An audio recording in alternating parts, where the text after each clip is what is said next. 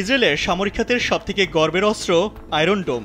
আকাশপথে যে কোনো হামলা মোকাবেলায় যা প্রায় শতভাগ কার্যকর একটি প্রতিরক্ষা ব্যবস্থা। কিন্তু চলমান ইরান ইসরায়েল সংঘাতে তেল আবিবের সেই অহংকারের দেয়ালে যেন চির ধরেছে। অপ্রতিরোধ্য আয়রন ডোম ফাঁকি দিয়ে একের পর এক ক্ষেপণাস্ত্র আঘাত হানছে ইসরায়েলের মাটিতে। মূলত ইরান থেকে ঝাঁকে ঝাঁকে মিসাইল ছুটে আসলেও ইসরায়েলের আকাশে প্রবেশের আগেই তার অধিকাংশই থামিয়ে দিচ্ছে আয়রন ডোম।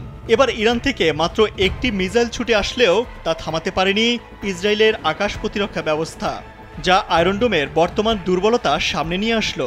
তেহরান টাইমসের এক প্রতিবেদনে জানা যায়, ইরান থেকে ছোড়া মাত্র একটি মিসাইল কোনো বাধা ছাড়াই ইসরায়েলের মাটিতে আঘাত করে। স্যান্ডেলিনা সো, রূপচর্চায় আভিজাত্য। জানা যায়, ইসরায়েলের বেয়ারশেভা এলাকায় একটি অজ্ঞাত লক্ষ্যবস্তুর উপর ঘন ধোঁয়া উঠছে। ওই এলাকার একাধিক ভবনে দৃশ্যমান ক্ষয়ক্ষতির চিত্রও দেখা যাচ্ছে।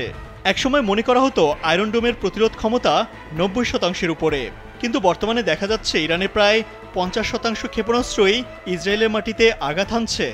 তার মানে ইরানের বিরুদ্ধে ইসরায়েলের ক্ষেপণাস্ত্র প্রতিরোধ ব্যবস্থা প্রতিদিনই দুর্বল হয়ে পড়ছে। কারণ ইরান গেল এক সপ্তাহ ধরে ইসরায়েলের লাগাতার হামলা চালিয়ে যাচ্ছে, যা শুরু হয়েছিল ইরানে ইসরায়েলের আকস্মিক বিমান হামলার প্রতিশোধ হিসেবে।